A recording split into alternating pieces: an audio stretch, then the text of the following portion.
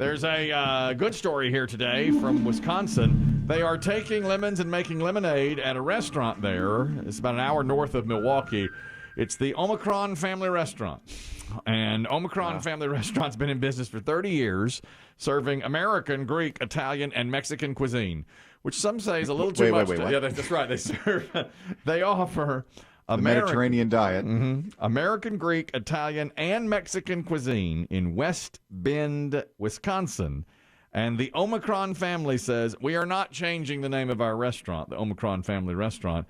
In fact, they are making T-shirts saying, I survived the Omicron, and they're giving them out or selling them there at the restaurant. So they are embracing the newest variant and saying, hey, if we have to live with it, we'll make something out of it. So they feel like... you got to wish them luck. Yeah, I hope they do all right. There have been others, who've, like, I remember when coronavirus first became a thing, Corona beer sales went down. When we didn't know it was going to be a huge thing, Corona beer sales suffered. I bet they liked when we changed the name to COVID and didn't call it. Omicron, I think, will be okay. I do remember a lot of places named ISIS that had to change their names. Yeah, that's what I always flash back to, the ISIS one. And I believe one was a startup company that had spent a bunch of money to get everything branded, and they had to completely change it. Yep. And they say this Omicron, they are not going to back down. And the restaurant's been in business for a long time. The locals, they say, are really supporting them, so they feel like they're going to be okay. Do we think that they started as a Greek diner and then just gradually added like cheeseburgers? I can't imagine how Mexico wormed its way onto the menu. Well, tacos are easy to make and they're cheap. I know. That's true, but I mean, there's plenty of places to get tacos. Agreed. They're covering it all. It's just an international restaurant. It is. I mean, you look at a lot of places. I mean, a lot of local, like pizza joints also have a variety of other food, quesadillas. American, Greek, Italian, and Mexican foods on the menu. I believe it. I'd eat there. I know, but I don't know that's that Well, he'd common. have it delivered. Yep. Yeah, that's true. From whatever continent it's coming from. I just found that to be really varied. And I usually think that most of the time when a restaurant has everything, they succeed at nothing. But this one has 30-some years. That's pretty good. Yeah, they've been in business. Wasn't that a Seinfeld episode, the Babu Bot restaurant? Yeah, he was international. He made everything. He had Franks and beans. Yeah.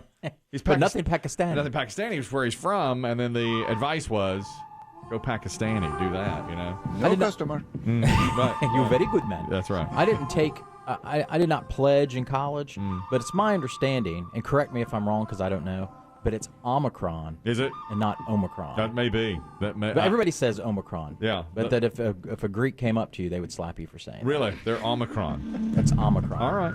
Well, I'll go with that from now But on. I'm not positive. I don't. Well, that was one of those. Yesterday when I saw the most mispronounced words of the year, Omicron was one, so I bet you're right. I bet most of us. Yeah, and most of us are saying Omicron. Like Comic-Con. Yes.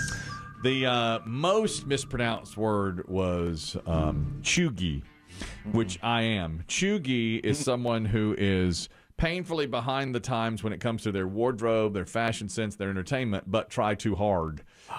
You're uber chuggy. Yeah, my son calls me chuggy all the time.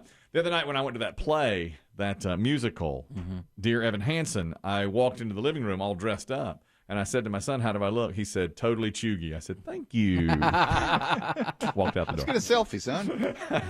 Walked out the door. What were you wearing? A sweater and some khakis. And he said, yeah, you're trying too hard and you're out of date. All right. And the clothes were not, it wasn't one of those, the fit was not in style. He goes, you're completely chuggy as always. And I said, No drip. No drip. I never have drip. I said, thank you so much. Right.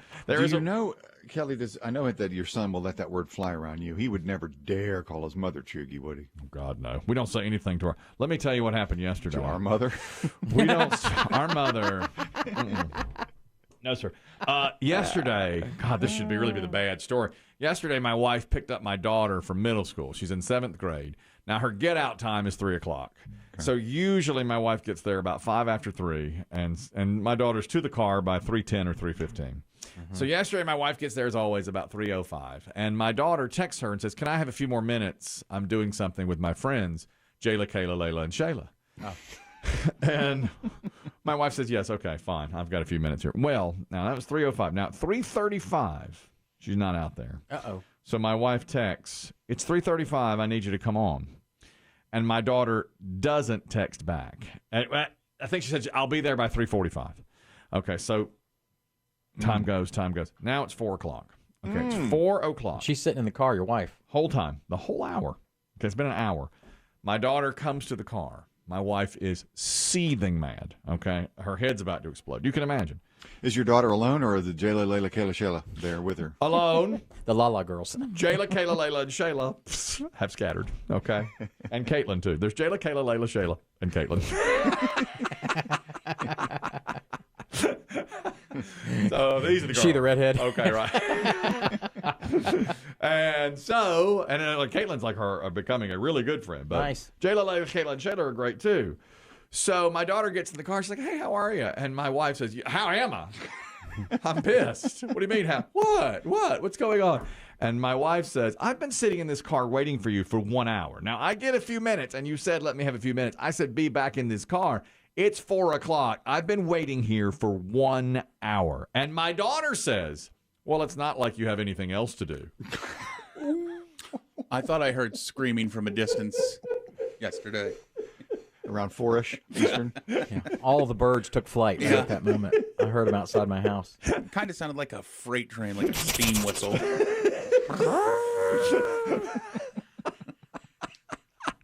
Yeah. Oh, Lord. Word. She's become a teenager. Oh, my God. It has happened. Yeah. So they got home. My daughter goes upstairs. I could tell something was off. And my wife said, you're not going to believe what your daughter just said to me. And she says this, that, And I said, oh, man. Of course, I was like, how dare she? How dare she say something like that? Yeah, it's about respect. It's about respect. Yeah. She wasn't completely. Okay. We don't.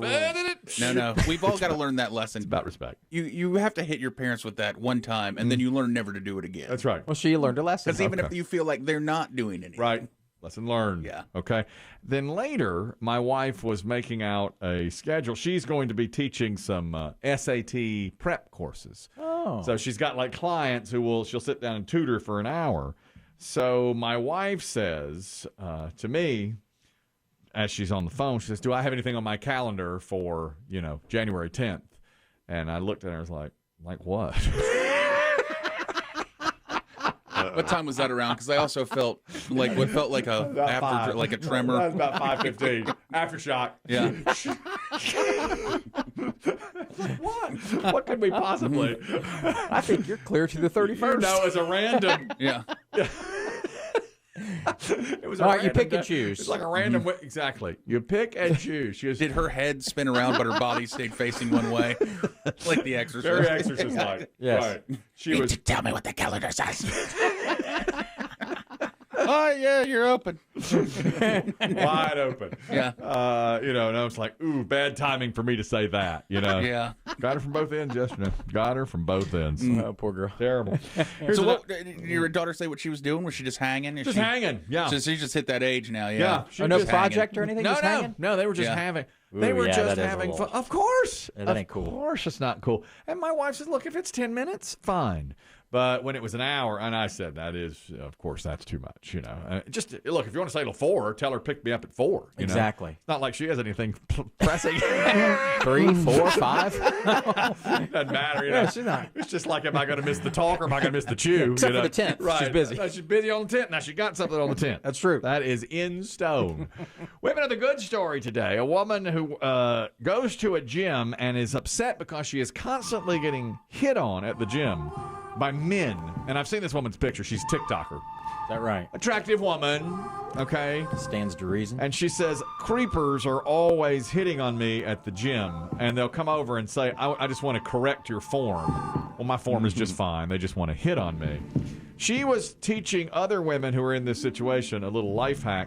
She now takes makeup and shading and draws on hickeys onto her neck so that they think she's already involved and they don't come near her when she's got hickeys on her neck. She says that people have been leaving me alone now since I put the hickeys out there. But I kind of thought, would that drive guys away, seeing hickeys on a neck? Is that what... to me, that as the senior member of this crew, I remember watching TV shows and movies and hearing my peer group talking about hickeys. Yeah. I think in the 21st century, rapidly approaching 2022, if you were to see marks like that, you'd think she has a disease. That's probably right. And so they stay away from her.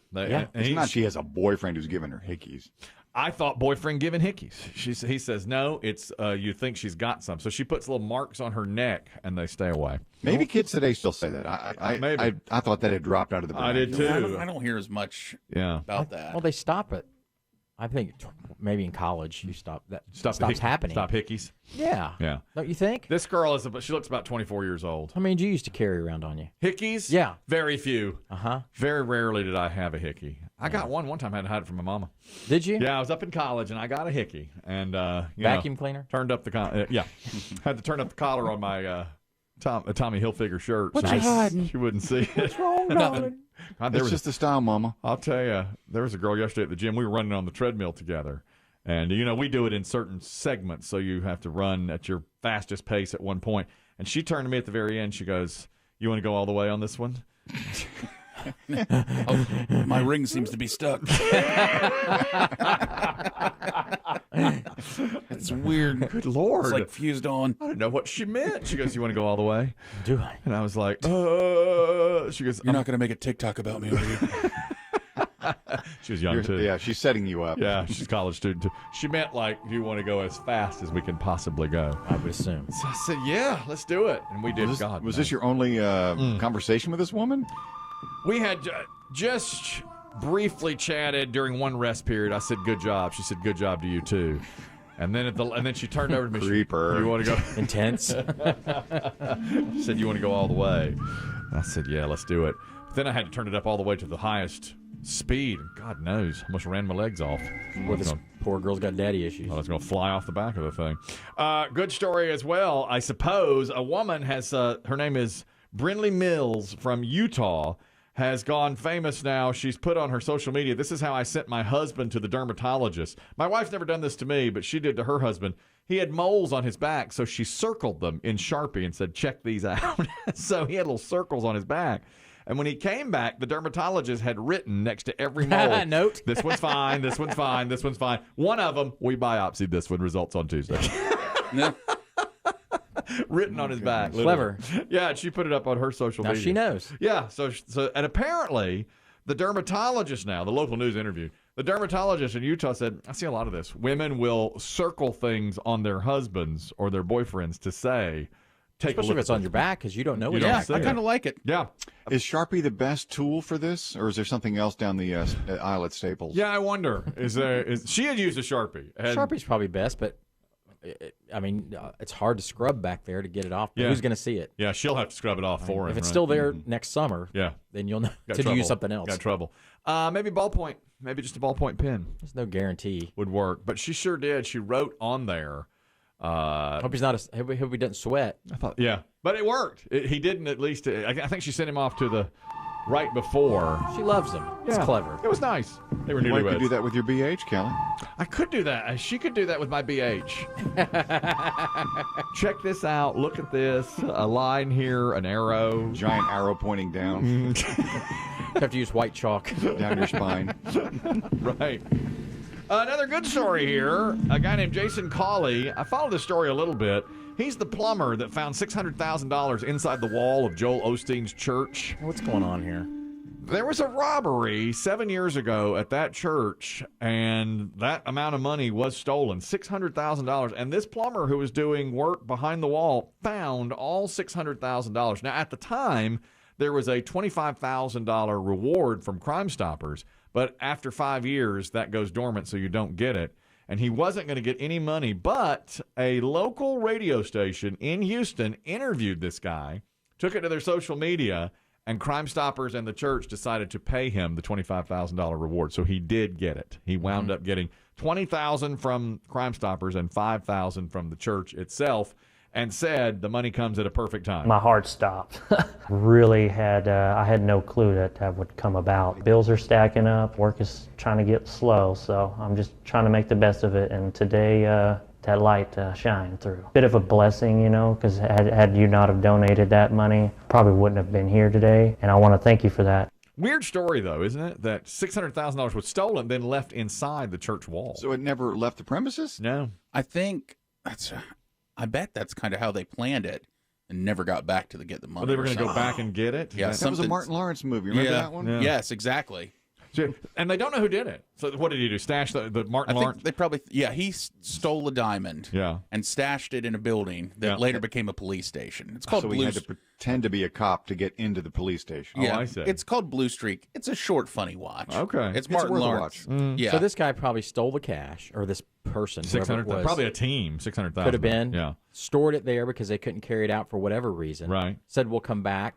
Come back a day or two later, and they've already walled it up. I guess. The drywall's up. Yeah. The contractors started to do their work, and they're like, couldn't get it. Can't get it out. I wouldn't be shocked if it was even longer. I could see it more like, let's stash it here for a year or two, because if they do look into us, we'll say, we'll prove it. Where's the money? Yeah. And then go back we'll later. wait and we'll get it. In fact, it could have been a longer even plan. This guy discovered it and has ruined it, and these guys are going, oh, man. It's like that movie Inside Man. Well, I mean, that's 6 or 7 years, though, that they waited to go back and get the money. But nobody knows who did it. They still don't know who did it. Church. This is that Joel Osteen church. It's a mega church. Mega church. They probably got cameras all over that church inside, I bet. You'd think. Especially after they've just lost $500,000 years ago. Yeah, can you believe it? So, I mean, if you're that plumber, Biggie, if you're that plumber, do you even say anything about it?